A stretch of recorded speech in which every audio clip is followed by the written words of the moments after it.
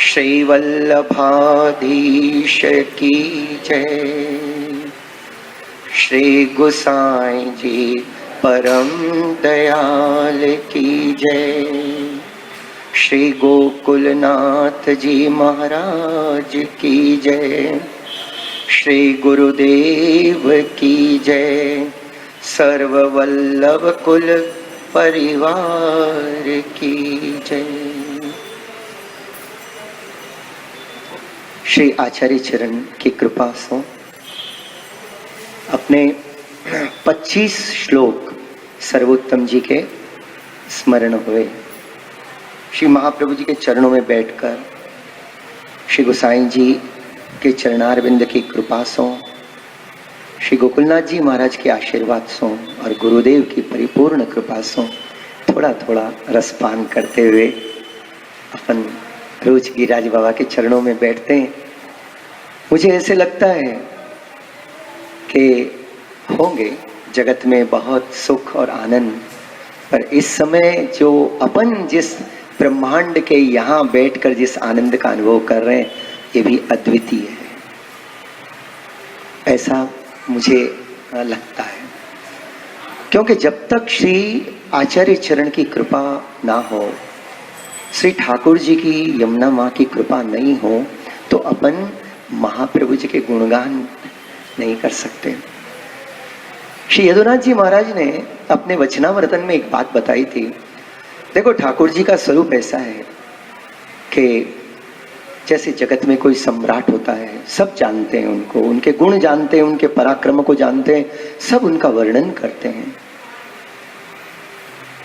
लेकिन उनकी रानी में क्या अलौकिकता है, क्या श्रेष्ठता है, ये कोई नहीं बता सकता, क्योंकि वो तो रंगमहल में रहते हैं।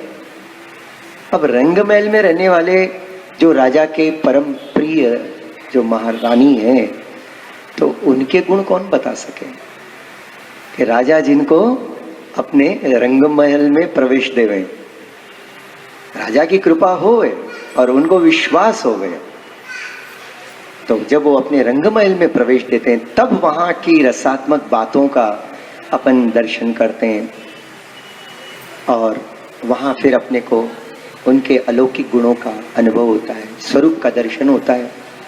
ऐसे ही श्रीमद् भागवत जी, ये तो गोवर्धन नाथ जी का स्वरूप है। तब से लेके आज तक कितने ही महान भगवत भक्तों ने, संतों ने, महात्माओं ने, और आगे सबसे अधिक अपने श्री स्वामी जी भावात्मक श्री महाप्रभु जी ने जो भागवत जी के गुणगान प्रभु के किए हैं, सुबोधनी जी में ठाकुर जी को बहुत प्रिय लगते हैं। प्रभु के गुणगान करना, गुणगान का श्रवण का मनोरथ करना, ये सहज है, सुलभ है और हो जाता है। पर प्रभु की जो प्राण प्रिया है, प्रभु के हृदय में जो विराजते हैं, श्री कृष्ण हार्दवित हैं, निकुंज प्रतिक्षण जो निकुंज के रस की लीला में मग्न है, ऐसे जो प्रभु के स्वामी जी है, अरे उनके गुणगान, वल्लभ के गुणगान करना बिना ठाकुर जी, महाप्रभु जी और श्री यमुना जी की कृपा के हो ही नहीं सकता है। बस इस बात को मोको आनंद है कि ये अद्वितीय आनंद अभी गिरिराज बाबा के चरण में अपन बैठे हैं, अपने पर बरस रहा है। भले क्या हुआ भाई, ज्यादा अपने को नहीं मालूम, पर जो भी है थोड़ा बहुत महाप्रभु जी की कृपा से अपने को आनंद आ रहा है स्मरण करने में। आ रहा है कि नहीं आ रहा है? अरे कुछ ऐसे ऐसे बोलो।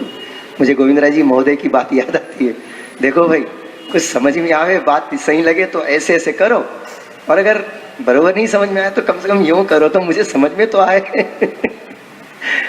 तो श्रवण करते करते जब हृदय के अंदर खूब आनंद आता है, ये बात भी मैं आज आनंद से भर के बोल रहा हूँ। आज आने में 10 मिनट लेट इसलिए हो गया कि बहुत ही प्यारे प्यारे बच्चे थे एक जगह, और वो आज सत्संग के लिए बैठे थे वहां पर। तो आज मैंने उनके आगे पूर्णानंद की बात की। क्यों पूर्णानंद कैसे प्राप्त होता है, पूर्णानंद का स्वरूप क्या है, जो अपन यहाँ कर चुके हैं, एक आनंद और प्रभु का पूर्णानंद। आज उन बच्चों को समझाया, बेटा पुष्टि मार्ग का ये अलौकिक रसात्मक फल है। पुष्टि मार्ग की सारी सिद्धि महाप्रभु जी के चरणों में, बस। तो बात ये थी कि महाप्रभु जी के गुणगान माने स्वामी जी के गुणगान का श्रवण कीर्तन और मनन चिंतन कौन कर सकता है? जिसको प्रभु अपने नित्य लीला धाम के आनंद रस का अनुभव करवाना चाहते हैं, माने अपने रंग महल में जिसको प्रवेश दिया, निकुंज की लीलाओं में जिसको प्रवेश दिया है, वही उसी का मन श्री महाप्रभु जी के गुणगान में लग जाता है, कहने में भी और सुनने में भी, और बाद में बैठे बैठे घर जाके मनन करने में। तो ये तीनों पर माने तीनों ही बातों में श्रीमद आचार्य चरण की परम कृपा हो रही। अब यहां से आज 26वां श्लोक का अपन दर्शन करेंगे। पहले मंगलाचरण करें, उस श्लोक का स्मरण करें। निकुंज लीला रसस्त पूरितः, जरा है क्या आपका दो? हाँ, तत्कथाक्षिप्त चित्तस्थ, तत्कथाक्षिप्त चित्तस्थ तद्विस्मृतान्यो व्रज प्रियः, प्रिय व्रज स्थिति पुष्टि लीला करता रह प्रिया। ये 26वां श्लोक है और इसमें श्री आचार्य चरण के 75 से लेकर 80 6 नामों का दर्शन है। इसके अंदर 6 नाम श्री गोसाई जी प्रकट करते हैं। अपन उन जरा एक सेकंड, अपन उन 6 नामों का दर्शन कर लें। हाँ? पहले 6 नामों का स्मरण कर लें। पहला नाम है तत्कथाक्षिप्त चित्तस्थ, बोलो तत्कथाक्षिप्त चित्तस्थ। दूसरा नाम है द्विस्मृतान्यो व्रज प्रिया, द्विस्मृतान्यो व्रज प्रिया। और तीसरा नाम है वास्तव में व्रज प्रिया। दूसरा नाम तो खाली इतना ही है कि द्विस्मृतान्यो, द्विस्मृतान्यो। तीसरा नाम है व्रज प्रिया और चौथा नाम है प्रिय व्रज स्थिति ही, प्रिय व्रज स्थिति ही। 5वां नाम है पुष्टि लीला करता, 5वां नाम पुष्टि लीला करता। और 6वां नाम है रह प्रिय। ये 6 नाम महाप्रभु।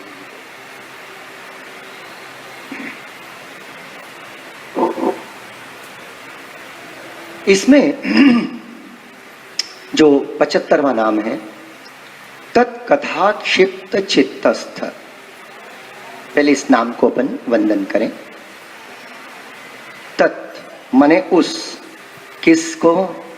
अभी जो निकुंज की लीलाओं के रस में जो महाप्रभु जी का स्वरूप डूबा है, 74वां नाम वही कंटिन्यूएशन में आगे जा रहा है कि ऐसे लीला रस जो महाप्रभु जी अनुभव कर रहे हैं, तत्कथा क्षिप्त, उनकी उस रस लीला में और उनकी कथा में जिनका चित्त पूर्ण रूप से लगा हुआ है, ऐसे श्री महाप्रभु जी को नमन करते हैं, अपन नमन करते हैं।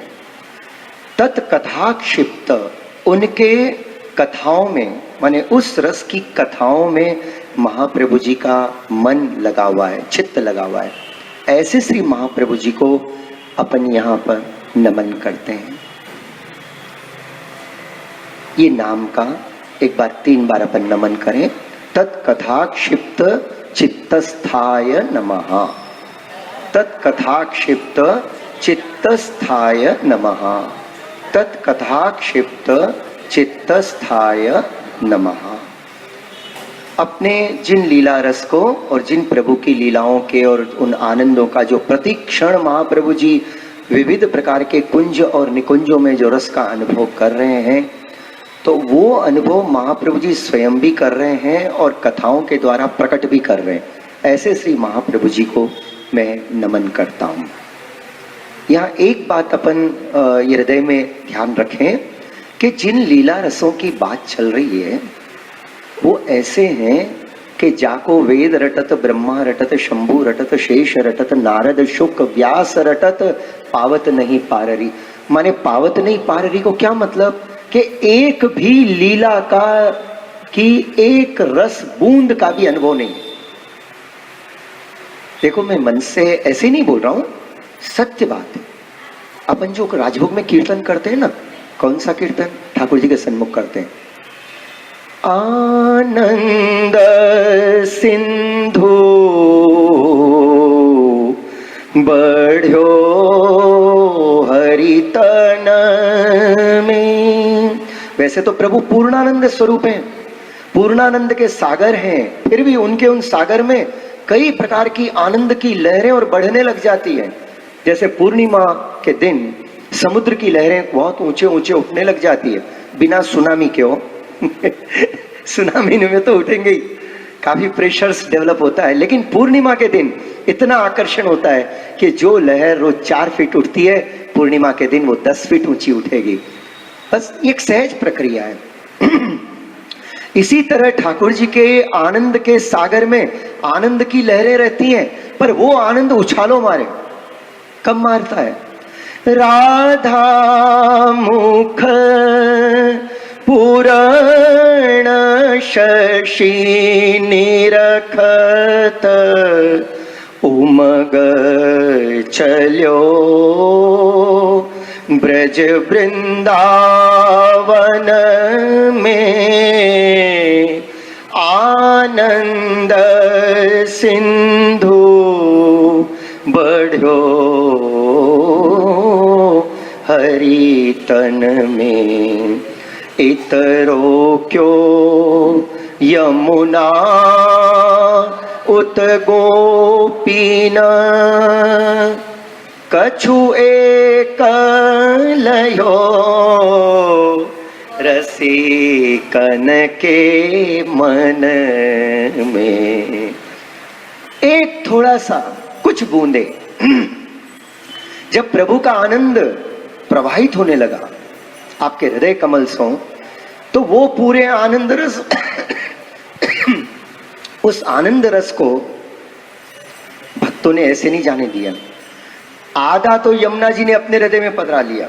स्वामी जी के मुख कमल के दर्शन कर कर प्रभु का आनंद इतना प्रवाहित हुआ, इतना आनंद बढ़ा, वो बढ़ते हुए आनंद को आधा तो स्वामी जी ने माने यमुना जी ने अपने हृदय में पधरा लिया, और बाकी जो आधा था उसको गोपी जनों ने थोड़ा थोड़ा लेकर अपने हृदय में पधरा लिया। ये जो थोड़ा थोड़ा लेकर अपने हृदय में पधराने की जो बात है ना, कल मैं आपको आखिरी के टाइम पे बोल रहा था, भाई प्रभु तो आनंद रस के सागर हैं, स्वामी जी परमानंद रस के सागर हैं, पर उसका अपने को पान करने के लिए थोड़ा पात्र तो बनना पड़े, भले छोटा पात्र हो, है ना। वो पात्र कैसे? माने अपने हृदय में और अपने देह में जो इंद्रियां हैं ना, वो इंद्रियां इस रस को अपन पान करते हैं। इसलिए भगवदियों का देह करोड़ों गुना मोक्ष से बढ़कर ज्यादा सुख देने वाला है। इसलिए भगवदीय पुनः भूतल पर जन्म लेने के लिए हिचकिचाते नहीं। वो कहते हैं प्रभु आपको जितनी बार जन्म देना है दो, लेकिन बस हर बार इतनी विनती जरूर है कि हमारा चित्त आप में लगा रहे, ये हाथों से आपकी सेवा होती रहे और मन से आपका स्मरण होता रहे और वाणी से आपके गुणगान होते रहे और कान से हम आपके गुणगान श्रवण करते रहे। बस हमको भगवतियन का संग मिलता रहे, फिर जितना जन्म, क्योंकि यही तो फल है। तो ये फल अगर हमको प्राप्त होता है तो फिर हमें कोई ऐसी कहना ही नहीं है कि प्रभु हमको अब जन्म मत दो। आपकी जितनी बार इच्छा है उतनी बार भूतल पे आप हमको भेजो, पर प्रभु इतनी कृपा जरूर करो कि ये सब हमको आपकी सेवा मिले और आपका स्मरण मिले, ये कभी हमसे छूटे नहीं। तो इस प्रकार की जो अलौकिक पात्रता, ये थोड़ी अपने को अपने इंद्रियन में प्रकट करनी पड़े, और होती कब है? जब श्री महाप्रभु जी के चरणों का दृढ़ आश्रय हो, सर्वोत्तम जी का रसपान हो। पूरा रसपान होए जब तक तो आप ही अनुभव करने लग जाओगे कि कितनी अलौकिकता आपके हृदय में प्रकट हो गई है।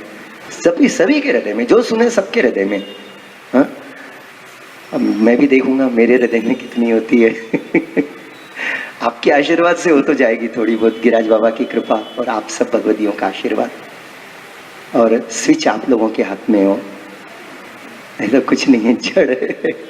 लेकिन जब आप कृपा करते हो तो फिर कुछ बात प्रकट होती है, कुछ बात याद आ जाती है महाप्रभु जी की कृपा से। तो आनंद सिंधु बढ़्यो हरि तन में, राधा मुख शशि पूर्ण निर्खत उमग चलो ब्रज वृंदावन में। इत रोक्यो यमुना उत गोपिन, सब तो इन लोगों ने रोक लिया, बचा क्या? कुछ बूंदे। वो कुछ बूंदे वहां से नित्य लीला धाम से निकलकर कछु एक फैल पर्यो त्रिभुवन में। वो जो थोड़ा सा आनंद है, एक दो बूंद का आनंद, वो पूरे त्रिभुवन में फैल गया, पूरे त्रिभुवन में 14 लोग ऊपर नीचे सबको आनंद, वो कुछ बूंदों के आनंद से सबको आनंद मिल रहा है। असली आनंद तो यमुना जी के हृदय में है और गोपीजन ब्रज भक्तन के हृदय में है जी। वो अमृत है, आनंद नहीं। हाँ, वो इसमें मिक्स नहीं होता है, वो अमृत की बात है। अमृत जब कुंभ 4 जगह पे रखा गया था, ये जो अपने कुंभ का मेला होता है ना 4 जगह, जो आज 4 प्रसिद्ध है और हर 12 साल में उनका नंबर आता है ना 3-3 साल के बाद, वो अमृत कुंभ की कुछ बूंदें गिरी थी वहां पर, इसलिए उन स्थानों पे कुंभ का मेला उस लीला को याद करते हुए आज भी होता है। पर वहां अमृत की कुछ बूंदें गिरी थी। पर ये जो आनंद की, अमृत से तो आनंद बहुत ऊंचा है भाई, समझे। अमृत तो एक तरह से लौकिक वैदिक है, तो पर आनंद ये तो अलौकिक भगवत स्वरूपात्मक है। आनंद की तुलना किसी से हो ही नहीं सकती। जब सुखदेव जी महाराज भागवत जी की कथा कहने के लिए तत्पर हुए तो देवता लोग अमृत का घट लेके आए, कलश लेके आए, कुंभ लेके आए और बोले कि आप राजा परीक्षित को अमर बनाना चाहते हो, अमृत पान कराना चाहते हो, तो हम अमृत का कुंभ लेके आ गए। अब आप ऐसा करो, ये अमृत, स्वर्ग का अमृत राजा परीक्षित को पिला दो और आप पधारो हमारे साथ, आपके लिए बहुत सुंदर विमान है और सब आपके ऊपर पंखा करेंगे, खूब आपकी सेवा करेंगे, नंदन वन में आपको लेके चलेंगे, बहुत ब्यूटीफुल है वहां पर। महाराज यहाँ तो रूखा सूखा है, वहां चलो ना, बहुत अच्छा है, और हम सब आपके साथ बैठकर इस भागवतामृत का हम पान करेंगे, भागवत आनंद का हमको आप प्रदान करो। तो सुखदेव जी ने यूं देखा और मुस्कुरा दिया, बोले नहीं, ये आनंद तो यहीं प्रकट होगा, पर इसके माने सुबोधिनी जी में श्री आचार्य चरण आज्ञा करते हैं कि महा ठाकुर सुखदेव जी ने विचार किया कि कहाँ कांच और कहाँ मणि, कहाँ हीरा, कांच का टुकड़ा और हीरे की कोई तुलना हो सकती है? ये कहाँ अमृत और कहाँ आनंद, भागवत अमृत का जो पूर्ण आनंद है, इसकी तुलना कहाँ हो सकती है? तो मेरे भाई बहन, ये जो आनंद की बात चल रही है ना, नित्य लीला के आनंद की बात चल रही है, पूर्णानंद की बात चल रही हो, और ये एक आनंद की बूंद में करोड़ों अमृत के कुंभ समा जाते हैं। ऐसो आनंद, जिस आनंद का जब अपन अनुभव करते हैं, आनंद का जब अपने को स्पर्श होता है ना, तो फिर जो अपना जीवन अमृत में बन जाता है।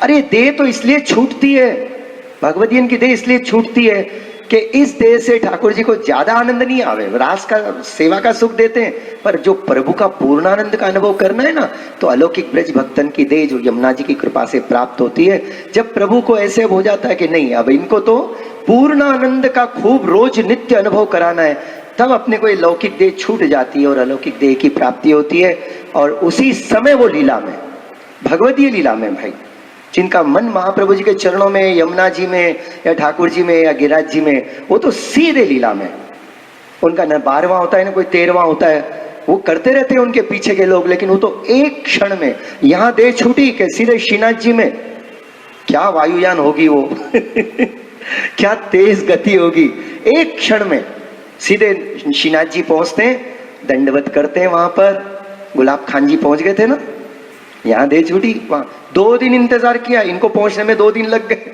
ये वैष्णव को देखा तो वो वैष्णव राह देख रहे हैं खंबे की आड़ में, और कहा जय श्री कृष्ण वैष्णव, क्योंकि उनको ताप था गुलाब खान जी से जैसे ही जय श्री कृष्ण किया, उनकी देह छूट गई, अलौकिक देव मिली बोलकर इनको नहीं मालूम। ये बतलाने के लिए प्रसंग है गोसाई जी के कृपा पात्र वैष्णव पर कैसी कृपा होती है।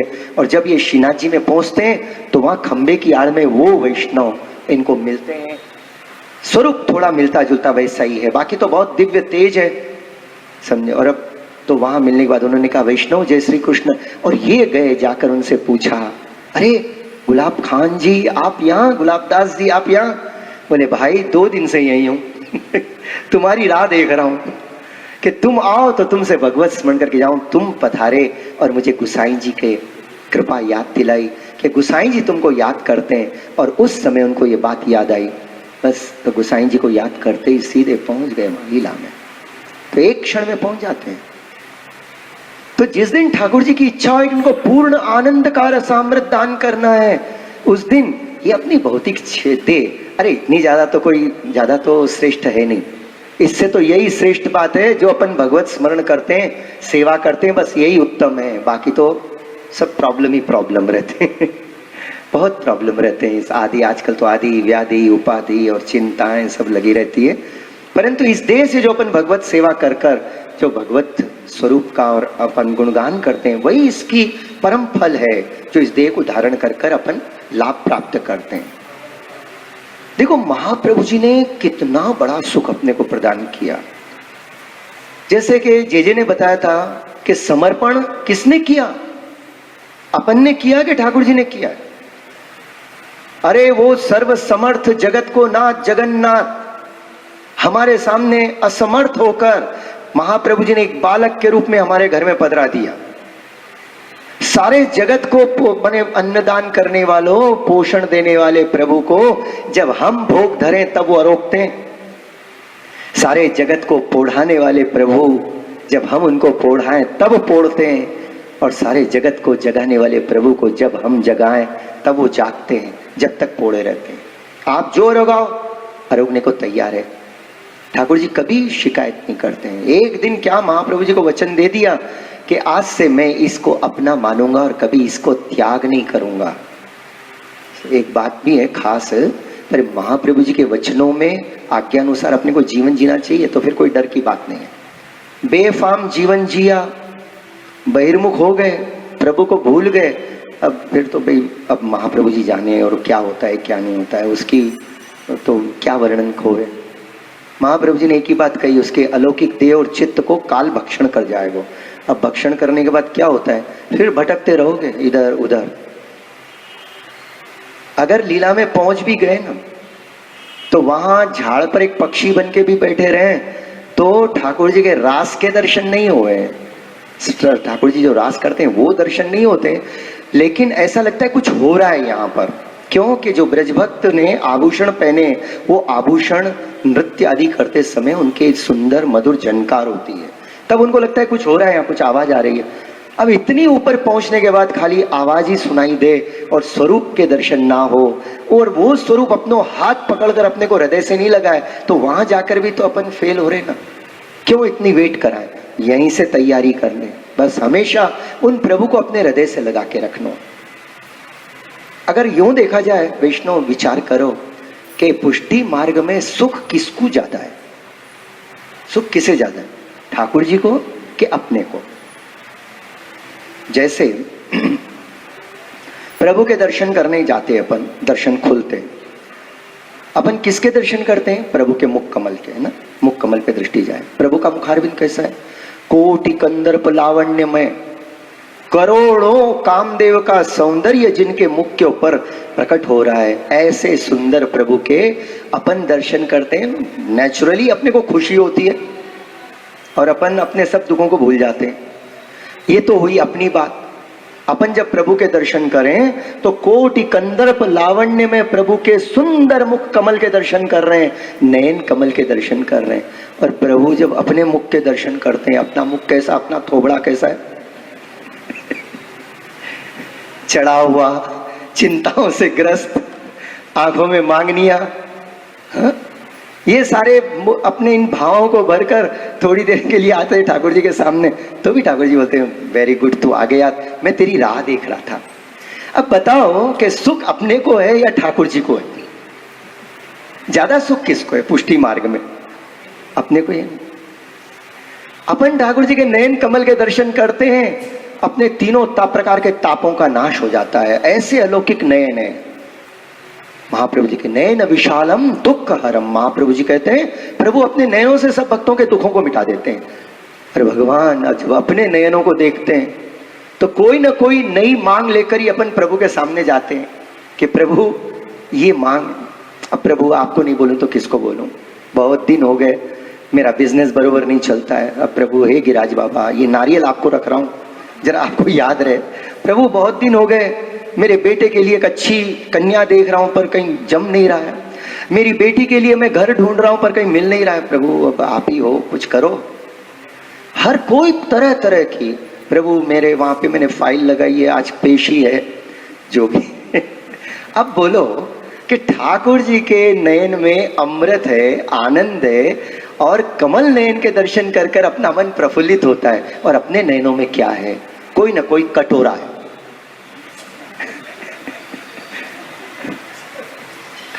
है ना? गलत है। अब बोलिए कि सुख किसको है पुष्टि मार्ग में? अपने को बहुत ज्यादा है।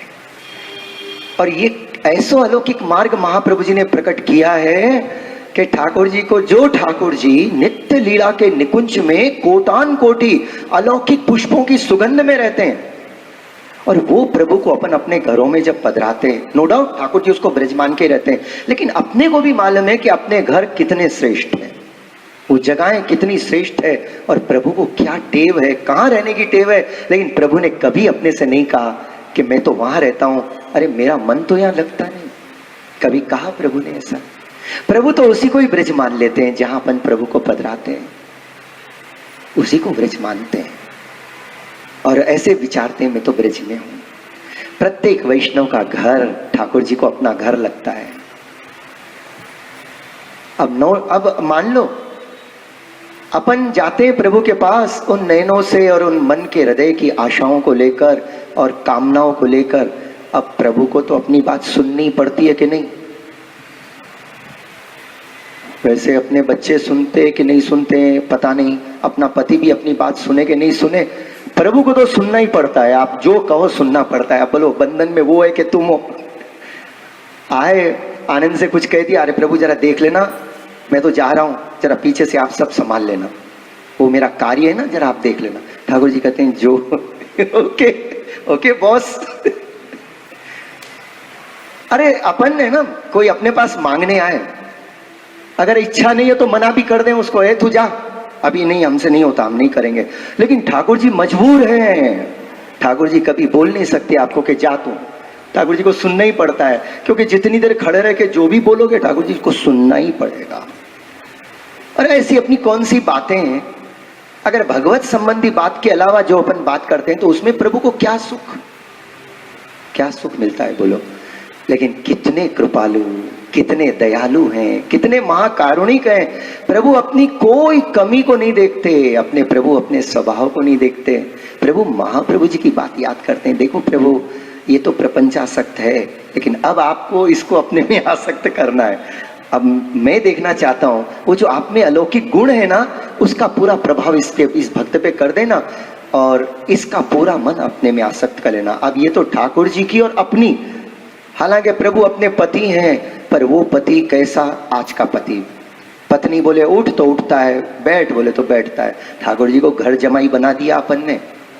सही बात तो ये, बेचारे को अपने घर में तो राजा रहता है, लेकिन ऐसे ही थोड़ा धन दौलत देखकर वो बोलता है चलो पत्नी के घर में चले जाऊं, और वहां जाके बैठ जाता है। और उसके बाद जो उसकी हालत होती, अरे भैया हमने देखा है, एक दो को देखा है। एक बार ऐसा प्रसंग आया कि किसी ने कोई अपराध किया, तो बोले इसको क्या दंड देना चाहिए? भयंकर दंड देना चाहिए। तो बोले इसको ऐसे करो, 6 महीने ससुराल में भेज दो। लोगों ने विचार किया ससुराल में जाना दंड है कि इनाम है, पारितोषक? क्यों ससुराल में जावे तो अरे सब आते हैं, ओ जमाई राजा आए, कुंवर साहब आए, कुंवर राजकुमार साहब आए, आप क्या लोगे, आपके लिए हम क्या करें? सब आते हैं, पूछते हैं, साले सालियां वो ये सब आवे, आपके लिए क्या बनाए, आपको क्या पसंद है? अब ये बोल देते हैं बनाओ, तो जिसको देखो उसको इनका मान सम्मान में लगा है, तो इसलिए वो सोचता है ये तो बहुत अच्छी बात है, ससुराली भेज रहे हैं ना दंड के रूप में, अच्छी बात है। पर ये कितना दिन रहता है भाई? एक दिन मुश्किल से रहता है। इसलिए समझदार लोगों ने कहा था कि पहले दिन के पाई, पहले दिन के पाहुने, पहले दिन के पाहुने और दूसरे दिन के पाई, पाहुने से जाके पाई बन जाते हैं। पाई का बहुत एक आने का भी चौथा हिस्सा। दूसरे दिन फिर किसी को टाइम नहीं रहता है, साला जाता है ऑफिस के पर, बोले जिया जी आपको कुछ काम तो है नहीं, आपके पास तो टाइम ही टाइम है, जरा ये ले लो ना, साग रोज मैं लेके आता था, आज थोड़ा आप लेके आ जाओ प्लीज, आज एक दिन तो हेल्प कर दो।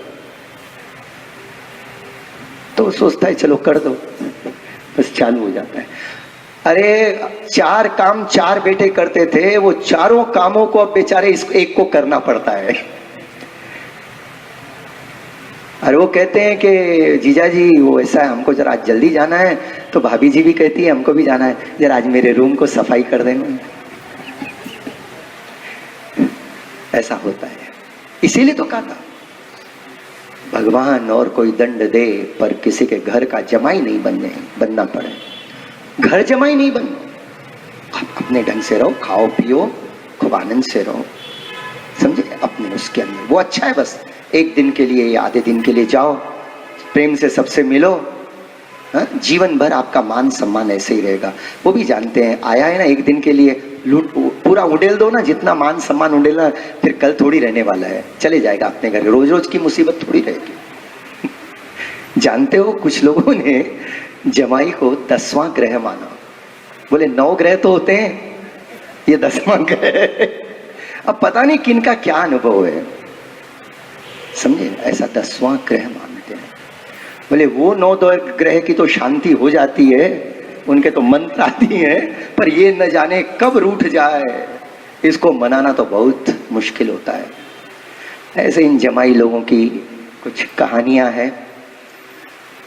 अपन ने क्या किया कि अपने ठाकुर जी को ऐसा ही बना दिया, क्योंकि अपनी आदत है। बहुत कठिनाई से कोई चीज मिले तो अपने को लगता है कि इसको कुछ करने जैसा है। सरलता से कोई चीज मिल जाए तो उसकी वैल्यू नहीं होती, अपन डी वैल्यू कर देते हैं।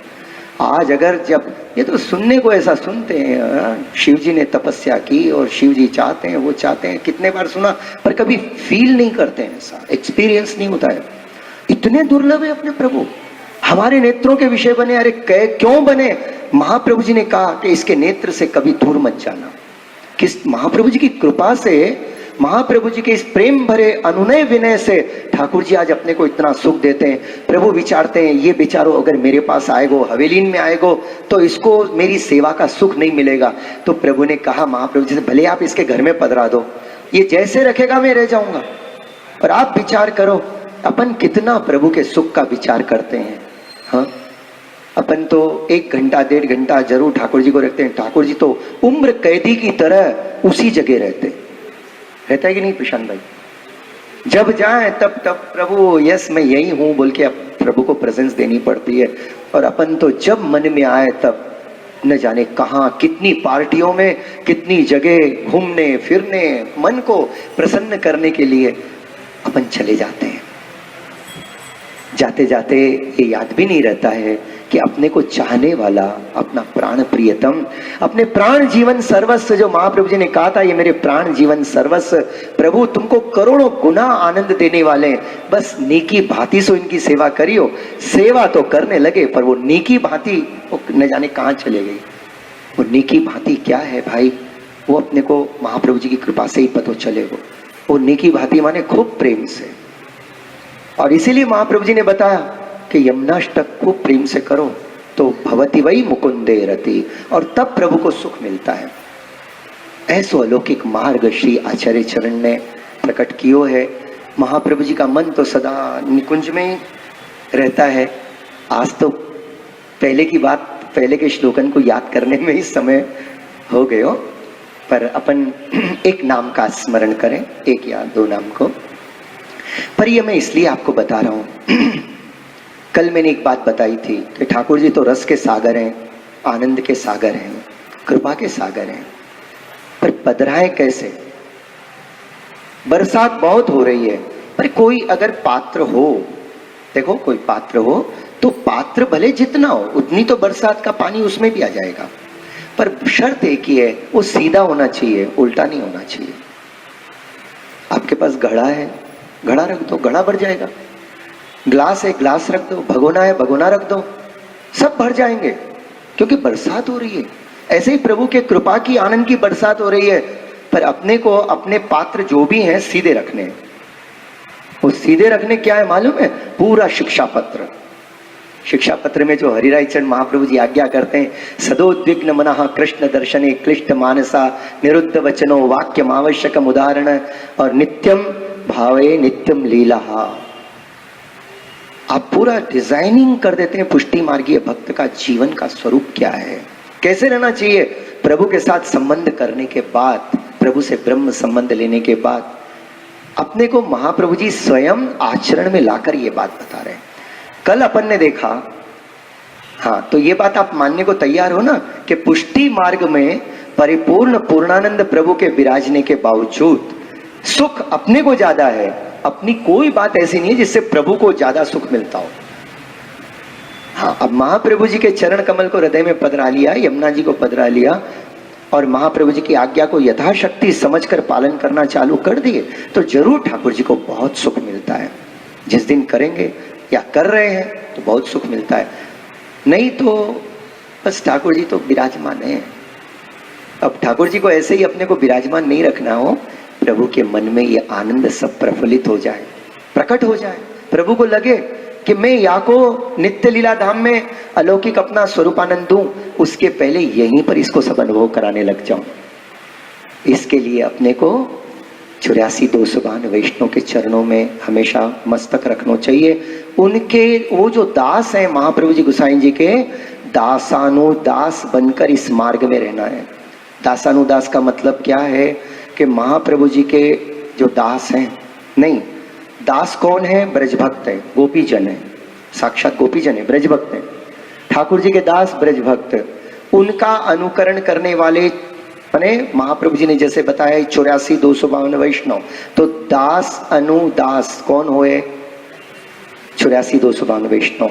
अपने को उनके दास बनना है, उनके आज्ञाओं का पालन करना है। एक ही वार्ता बाँचो 7 दिन में, ऐसा नहीं कि कोई बात नहीं, आपको समझ में आ गई वार्ता, उसमें उन वैष्णव ने क्या किया, कैसे ठाकुर जी को रिझाया, समझ में आ गई, अगली वार्ता पे स्विच ऑन हो जाओ।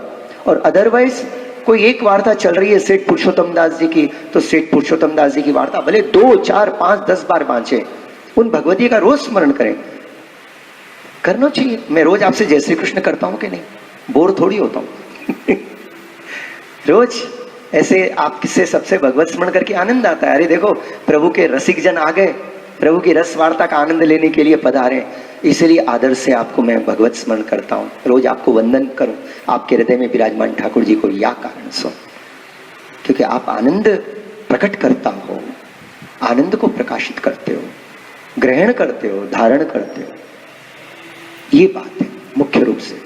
तो महाप्रभु जी ने जो निकुंज रस की लीला का अनुभव किया, तो वो जो है मां श्रीमद आचार्य चरण तत्कथा क्षिप्त चित्तस्तः, श्री महाप्रभु जी का ये जो नाम है 75वां नाम है, इसमें आज श्री गोसाई जी महाराज जी आज्ञा कर रहे हैं कि श्री महाप्रभु जी हमेशा अहर्निश उस निकुंज रस की लीला में ही डूबे रहता है, आपका चित्त जो है उसी में डूबा रहता है, माने तत्कथा क्षिप्त। तो यहां जो है ना कथा, मतलब पहला जो निकुंज की रस की जो बात थी, पर वो यहां महाप्रभु जी ने तो अनुभव किया, उस निकुंज रस की लीला का अनुभव किया। अपने को क्या मालूम, सेवकन को क्या मालूम कि महाप्रभु जी निकुंज रस की लीला का अनुभव कर रहे हैं? जब तक महाप्रभु जी कहे नहीं कैसे पता चले, है ना? इसीलिए तुरंत ये नाम आयो कि श्री महाप्रभु जी जो कथा रस लीला का अनुभव कर रहे हैं, तो वो जो अनुभव कर रहे हैं महाप्रभु जी रसात्मक निकुंज की लीलाओं का, वो श्री आचार्य चरण अपने मुख कमल से, अपने वचनामृत से भगवत कथा के रूप में आप प्रकट कर रहे हैं, जिसके द्वारा महाप्रभु जी के प्रिय कृपा पात्र वैष्णव को भी वो निकुंज रस का महाप्रभु जी के मुख कमल से प्रकट होते हुए वचनामृत रूपी अमृत माने उनसे जो मकरंद प्रकट हो रही है, उससे उनको अनुभव होता है कि श्री वल्लभ अहर्निश निकुंज की लीलाओं के में जो अनुभव कर रहे हैं, तो वो लीलाएं आप अपने कथाओं के द्वारा, अपने वचनामृतन के द्वारा भक्तों को प्रकट करते हैं, हमेशा बताते रहते हैं। अगर अपन महाप्रभु जी के जीवन में दर्शन करें तो महाप्रभु जी सेवा के बाद, सेवा होने के बाद अहर्निश थोड़ा सा विश्राम करते, युगल स्वरूप वेणु गीत पुन युगल गीत की रस बरखा बरखाई, निज मंडली बुलाई, है ना, भोजन कर विश्राम छिनकले निज मंडली बुलाई, और वेणु गीत पुन युगल गीत की रस बरखा बरखाई। तो यहाँ प्रश्न उठता है, मन में आती है अपने को ये इस नाम के संदर्भ में आपको बता रहा हूं। अपने को मन में ऐसा आएगा कि ठाकुर जी ने एक दिन वेणुनाथ किया, और उस वेणुनाथ का वर्णन श्री शुकदेव जी ने श्रीमद् भागवत जी के 10वें स्कंद के पूर्वार्ध के अंदर आपने किया, वेणुनाथ का वर्णन किया है। और महाप्रभु जी वेणुनाथ का वर्णन करते हैं। तो अब बोले महाप्रभु जी भूतल पर, है ना, इतने 52 वर्ष तक भूतल पर विराजे, तो महाप्रभु जी क्या रोज एक ही वेणुनाथ का वर्णन करते हैं? तत्कथा क्षिप्त चित्तस्थ, जो ठाकुर जी की लीलाएं हो रही हैं वो तो एक दिन का वर्णन सुखदेव जी ने जो किया था, उस पर महाप्रभु जी ने सुबोधनी जी प्रकट करे कि उसमें ठाकुर जी उस दिन कौन से लीला का अनुभव कराते थे, और ठाकुर जी ने एक ही बार वेणुनाथ किया। अरे ठाकुर जी तो जितने दिन विराजे ना ब्रज में, उतने दिन वेणुनाथ करते थे, रोज वेणुनाथ करते थे, और वेणुनाथ करके अपने भक्तों को सुख देते थे। वैष्णव, ठाकुर जी ने जो अलौकिक सुख महाप्रभु जी की कृपा से अपने को देते हैं, यहाँ मुझे एक बात याद आती है, वो मैं आपको याद दिलाऊं। ये श्री यदुनाथ जी महाराज के मुखारबिंद से वचनामृत में सुनी थी ये बात।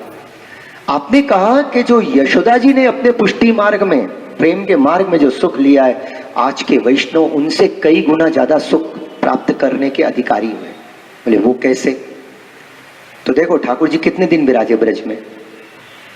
11 वर्ष 52 दिन, है ना। 53वें दिन तो सवेरे आप वहां से मथुरा के लिए रवाना हो गए, तो कितने दिन विराजे? 11 वर्ष 52 दिन। 11 वर्ष 52 दिन तक यशोदा जी ने खूब सेवा की, खूब सेवा की ठाकुर जी की। इतनो प्रेम कियो, अहरनिश लाला में मग्न रहती थी। ठाकुर जी को भी कभी माँ को छोड़कर कोई बात याद नहीं आती है, इतनी प्रभु की भी कृपा और माँ का इतना प्रेम प्रभु के ऊपर। लेकिन 11 वर्ष 52 दिन के बाद फिर जितने दिन भी भूतल पर यशोदा जी रही, रोज विप्रयोग में तड़पती रही, याद करती रही, कलपती रही, आंखन के आंसू कभी सूखे ही नहीं यशोदा जी के। फिर उनको भगवत सेवा को सुख नहीं मिलो, खाली स्मरण का सुख मिला। वैष्णव जरा विचार करो कि जो यशोदा जी को सुख नहीं दिया है, जितना सुख यशोदा जी को नहीं दिया, महाप्रभु जी ने उससे अधिक सुख भगवत सेवा के रूप में आज अपने को प्रदान किया है। ये अपने घर में पूर्णानंद और पूर्ण सुख प्रभु विराज रहे हैं। इसकी तुलना जगत के कोई सुख से नहीं हो सकती है। इतना अपार सुख, इतना अपार आनंद अपने यहाँ भगवत सेवा के रूप में विराज रहा है। जब तक जीवन है तब तक रोज ये सुख को प्राप्त करें। सेवा को मामूली नहीं समझें अपन। वो सेवा को कल जैसे देख रहा था, वो गंगा जी के ऊपर जाने वाला अलौकिक मणि, पारस मणि को केवल शरीर का मैल निकालने के लिए यूज करता था। ऐसा कहीं सेवा को खाली छोटे मोटे काम के लिए, अपने दीनता के, विनती के लिए ऐसे सेवा को नहीं उपयोग करना। अरे सेवा का एक एक क्षण, समझे, कोटान कोटि अश्वमेघ यज्ञ के फल से मिलने वाले सुख से बढ़कर है भगवान कृष्ण की सेवा, इतनी अलौकिक है। तो ऐसी सेवा महाप्रभु जी ने अपने को प्रदान करी। तो ये बात हमेशा ध्यान रखना कि यशोदा जी की तरह तो शायद अपने में प्रेम नहीं है, उनकी बराबरी कोई नहीं कर सकता है, पर सेवा तो वही है, उन्हीं प्रभु की है, उन्हीं पूर्णानंद कृष्ण की है, सदानंद कृष्ण की है। जो श्री यशोदा जी के नंदालय में विराजते थे, वही प्रभु आज महाप्रभु जी की कृपा से अपने घर में विराजते हैं, अपने आजीवन अपने घर में विराजते हैं और अपने को सेवा देते हैं, है ना। तो कितनी कृपा है बोलो। अगर तुलनात्मक रूप से देखा जाए तो आज वह मल्लभ ने जो अपने पर कृपा की है, इन सब बातों के कारण ही तो महाप्रभु जी को अदे दान दक्ष कहते हैं कि महाप्रभु जी ने जो दान में अपने को ये प्रदान किया है, ऐसा सुख आज तक किसी ने दे नहीं सकते, किसी में सामर्थ्य नहीं है। क्योंकि जितने भी आचार्य और अवतार हैं वो ब्रह्मानंद तक का सुख दे सकते हैं, वैकुंठ तक को सुख दे सके, अक्षर ब्रह्म को, लेकिन उसके आगे जो परब्रह्म परमात्मा जो नित्य लीला धाम में विराजते हैं, उनका सुख देना तो परम परम परम दुर्लभ। अरे वो सुख देने की बात तो दूर रही, हाल तो खुद प्राप्त करने के लिए तरसते रहते हैं, खुद चाहते हैं कि हमको मिले।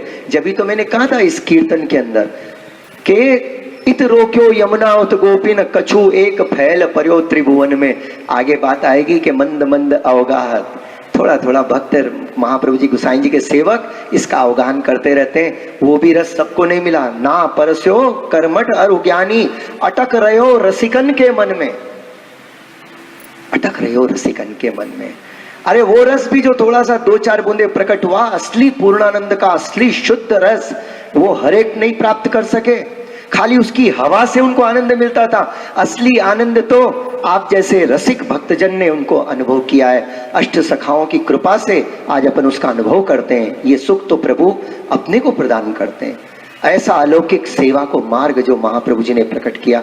आपको एक बहुत सुंदर बात, एक प्रसंग याद आया मुझको, गोकुलनाथ जी महाराज को, कि एक बार श्री गोकुलनाथ जी महाराज सेवा में थे, सेवा कर रहे थे, और चाचा हरिवंश जी आ गए। चाचा हरिवंश जी आए तो उन्होंने पूछा वल्लभ कहाँ है? गोकुलनाथ जी महाराज को वल्लभ कहते थे। बोले वल्लभ कहाँ है? तो कही वो तो सेवा में। तो चाचा जी ने आनंद से विभोर होकर कहा, अरे सेवा तो बाप बेटे कर गए, ये तो सब लकीर पीट रहे। समझे? सेवा तो बाप बेटे कर गए, ये तो लकीर पीट रहे। और ऐसे कह के अपने आनंद की मस्ती में चले गए। अब जिन्होंने सुना उनको बड़ा दुख हुआ। अरे हमारे गोकुलनाथ प्रभु साक्षात ठाकुर जी के स्वरूप, और वो इतनी सेवा करते हैं उनके लिए। गुसाई जी के ये सेवक इतने लाडले सेवक हैं, अरे बड़ी मुश्किल है, ये जैसा भी जो भी मन में आए बोल देते हैं। हाँ, कितनी सुंदर सेवा करें हमारे गोकुलेश प्रभु। तो इनका मन थोड़ा सुस्त हो गया। श्री गोकुलनाथ जी महाराज ने ठाकुर जी को राजभोग धर के, श्रृंगार करके राजभोग धर के जब आप बाहर पधारे, देखा तो 2-4 सेवक है, जरा मुंह उनका थोड़ा सुस्त दिखा मुख। अरे भाई क्या बात है, ठाकुर जी के दर्शन किए? बोले हाँ प्रभु किए। तो फिर ऐसे उदास क्यों? प्रभु के मुखारबिंद के दर्शन किए, उतने ही आनंद में तुमको रहना चाहिए। भाई थोबड़ा कैसा ही हो, क्या फर्क पड़ता है, तो जो भगवान ने बनाया है। लेकिन आनंद तो प्रकट होवे अपने नेत्रों की प्रसन्नता से, उसको क्यों छिपावे अपन, क्यों दबावें? प्रभु के दर्शन कर कर वो आनंद प्रकट करें, अपन अपने वाणी से कीर्तन करें, जैसा वैसा ठाकुर जी को भी प्रसन्नता होती है। रूपा पोरिया जी इस बात के उदाहरण है। ठाकुर जी उनके भी, उनकी कहानी जैसे कीर्तन को सुनकर प्रभु को सुख मिलता है।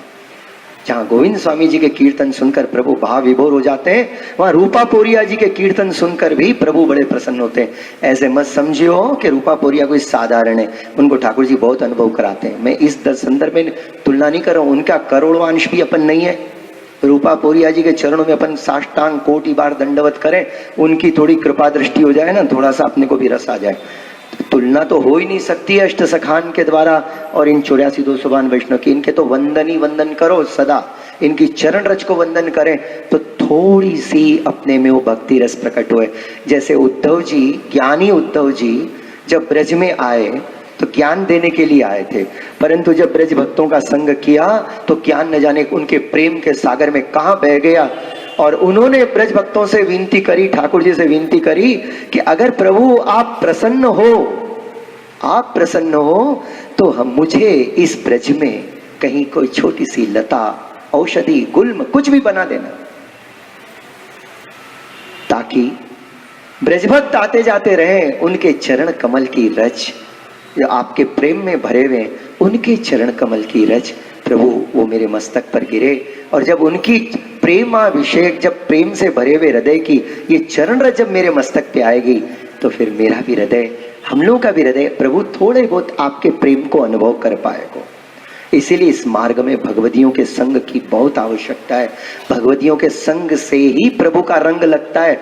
प्रभु का रंग आकर ऐसे लग भी गया ना तो अपन क्या करते, यूं कर देते भगवदियों को संग माने 84-252 वैष्णव को संग करना, इनकी कृपा से अपने को भगवत रंग ऐसा लगता है।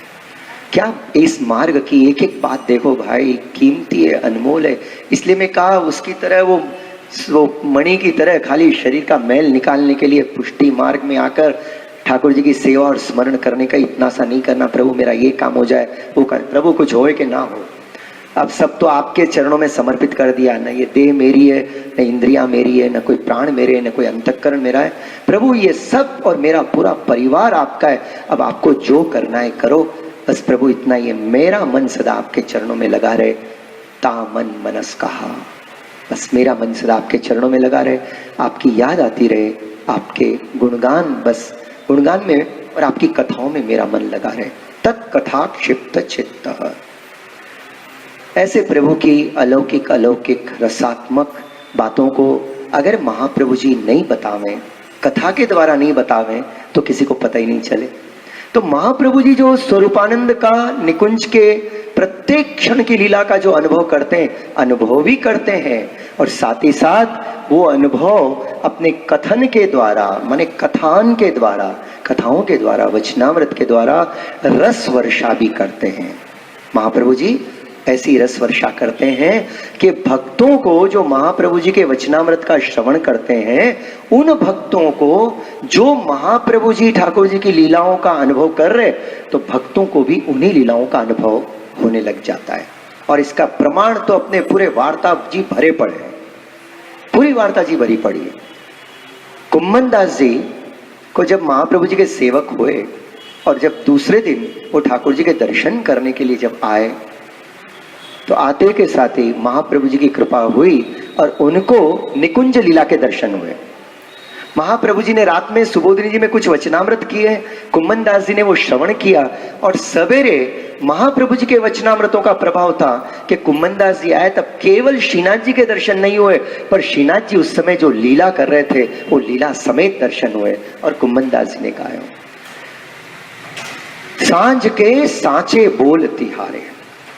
कुम्मन दास जी ने ये पद लीला का अनुभव करके गाया है, सांझ के सांचे बोल तिहारे। महाप्रभु जी सुनकर, पूरा कीर्तन सुनकर प्रसन्न हुए। कुम्मन दास, तेरे पर तो ठाकुर जी ने बहुत कृपा करी। कुम्मन दास जी ने कहा, कृपानाथ, मेरे जैसे जड़ जीव पर क्या कृपा करें, ये तो जिस पर आपकी कृपा हो जाती है, आपके वचनामृतों का प्रभाव है कि मेरे हृदय में मुझे ठाकुर जी ने ऐसी लीलाओं का अनुभव कराया। श्री वल्लभाधीश की जय।